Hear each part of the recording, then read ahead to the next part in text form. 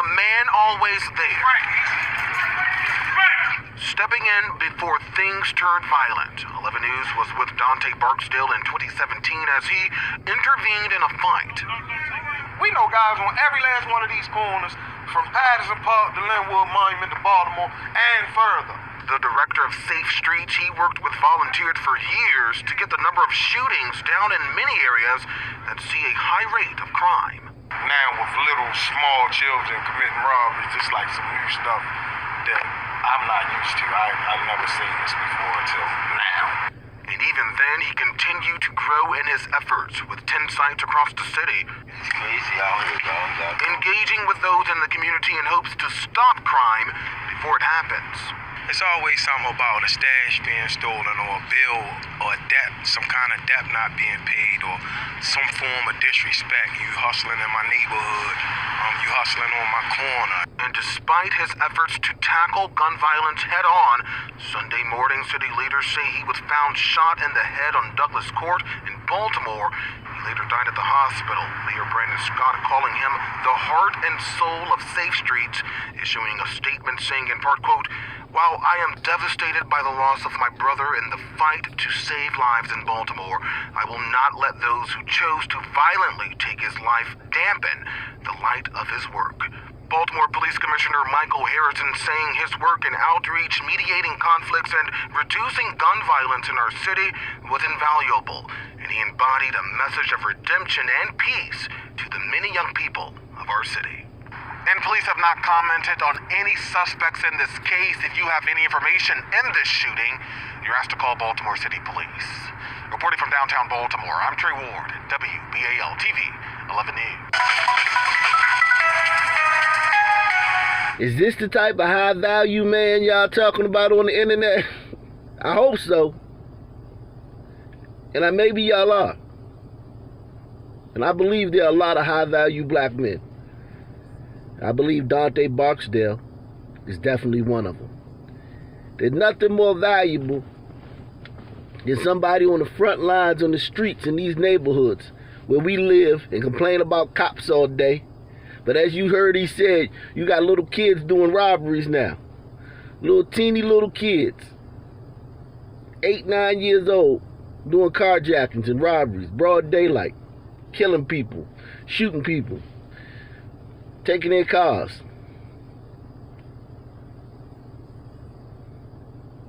Where are the parents? Where are the fathers?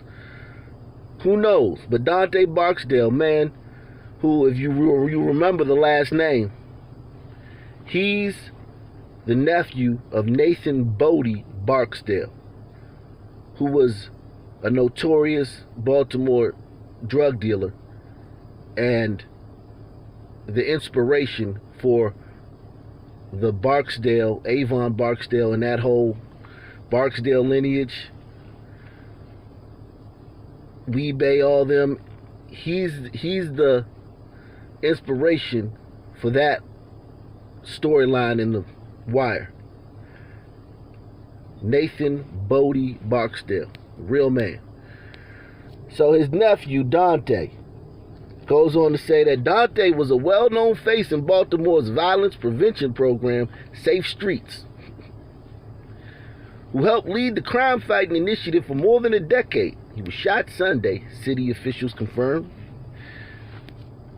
You ain't gonna hear Kamala or Biden talk about this, because they won't act like this ain't happening. Only thing they want to make it seem like it was the police. Violence interrupter got killed in D.C. last year.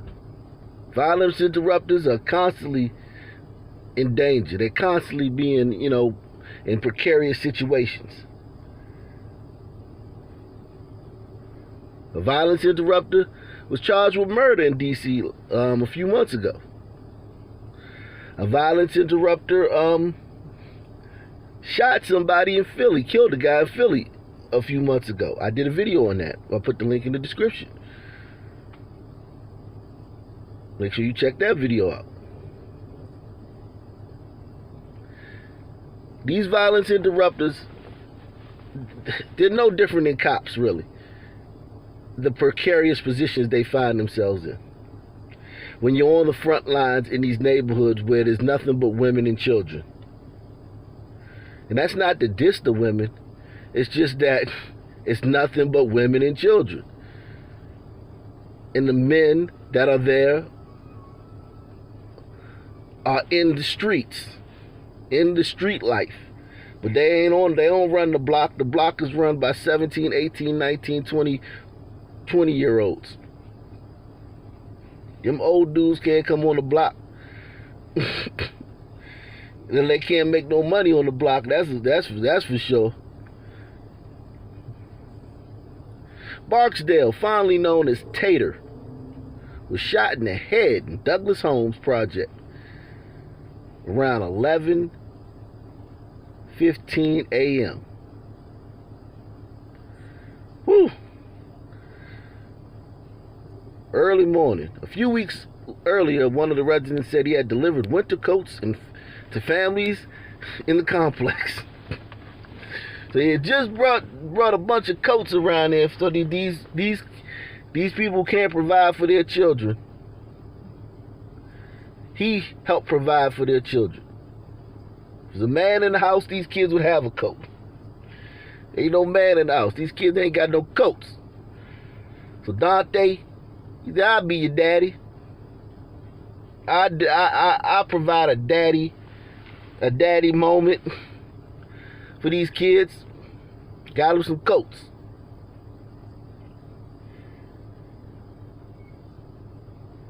A few weeks later, he gets shot in the head in the same project.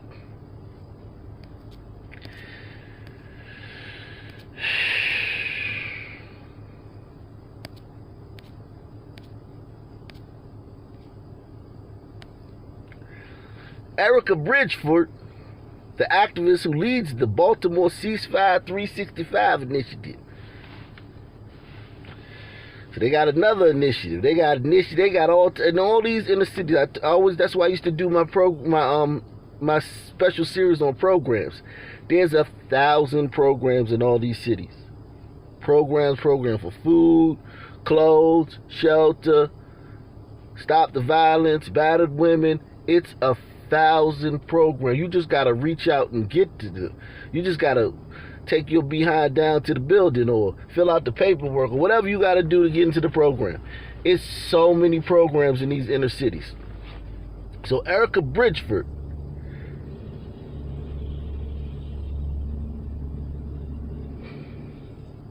the activist who leads the Baltimore Ceasefire 365 initiative, said Barksdale was a confidant. Sunday afternoon, she visited the spot where he was shot and called the loss devastating. For all of us who are warriors in the violence prevention, this is a war cry to get this work done, she said. Southeast District officers found Barksdale suffering from the gunshot wound near the 200 block of Douglas Court. He was transported to nearby Johns Hopkins Hospital, where he was pronounced dead. Police initially reported an incorrect location. Police fault. Damn police. The circumstances surrounding Barksdale's death were not immediately clear. Homicide detectives are investigating. Barksdale's death stunned community members and city officials. His life was dedicated to preventing this type of stuff from happening, said James Timpson, a former Safe Street leader who now runs the Roca Youth Violence Prevention Program, another program. Nothing but programs in these cities. Programs replace the fathers. There's no fathers, so there's got to be programs. 1,000 programs in all these cities. I'm not exaggerating. Nobody can believe this happened, he went on to say. Safe Street outreach workers mediate disputes. They mediate disputes in the hopes of de-escalating conflicts. They also lead public education campaigns and work closely with faith-based organizations. Organizers. The community members, and explicitly, they do not work with police. They're explicit about that. Because in Baltimore, a city like Baltimore, if people think you're working with police, you can't have that. They're not going to trust you. You can't go around to these neighborhoods and try to squash these beefs and try to mediate these beefs in a city where, 67% black, 400 murders a year, 600,000 people. Just think about it. Chicago has 3 million people. They had 600 murders. Baltimore has 600,000. They have 400 murders in a year. Just think about that. 350 to 400 a year. Somewhere in that ballpark. Just think about that. Chicago has 3 million. And all you hear about is Chicago. Chicago. Anything happened to Black America, it's Chicago. Baltimore got a population 1/5 the size of Chicago. 1/5 the size. And look how many murders they got. But you can't work with the police because the police are the bad guys. And in a city like Baltimore, they've had a lot of corrupt police. And now when I say a lot, I'm talking about like it's 3,000, 4,000 cops on the police force, and there's been corruption. So when you have that many police officers, some of them have been corrupt. Okay, but the majority of them are good cops that go out there and try to stop these crimes and catch bad guys, and prevent crime. The majority of them. That's what they're supposed to do.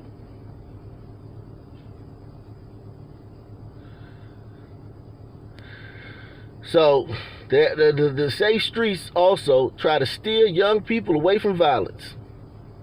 The program has been hailed as one of the city's most effective crime-fighting tools.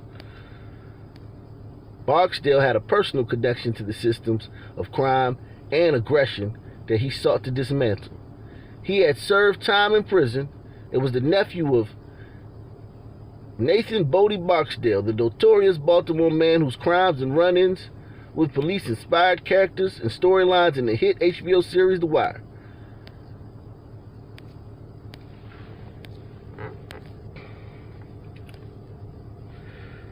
In a memoir published in November of 2019, Growing Up Barksdale, he recounted his introduction to the Safe Street program in 2008 through mentor Leon Farouk. He went on to say, I was tired of getting locked up, of getting robbed by police, of having to keep an eye out at all times, he wrote. I wanted a regular job, and it seemed the universe had one in mind for me. My reputation as a hustler would help the Safe Streets mission more than any amount of training could do. No one would suspect alliance with BPD. Nobody could accuse me of not understanding. So yeah, he was not a fan of the Baltimore Police Department. Police have a strained relationship with the Safe Streets in the past. So yeah, of course the police are going to have a strained relationship if you're not working with them. If this group is explicitly not working with the police, it's going to be tension there. So the Baltimore Police Department had a strained relationship with the Safe Streets initiative. Officers doubting its workers have left their criminal ways behind. So I wonder what's going to happen with the investigation with this. Are they going to find that our friend Mr. Barksdale was into some, street dealings, or he was into some stuff that, could have got him killed? Maybe. But that not necessarily has to be the case. You can get killed for anything in Blakistan. I can take you to the Baltimore gun memorial. And all those people on there getting killed, they ain't did nothing wrong. There's some gangbangers and some hustlers on there.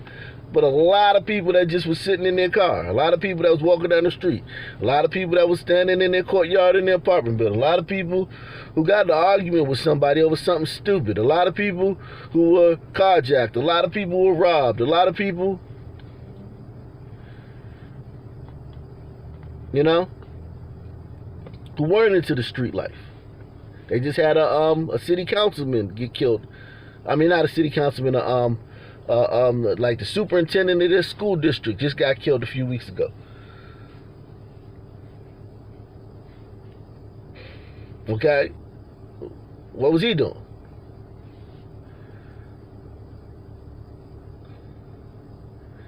So Barksdale said he was locked up on bogus charges and robbed by gun trace task force detective Daniel Herschel, who was serving 18 years in prison. So the cop who Barksdale said robbed him when he was a drug dealer is doing 18 years in prison now.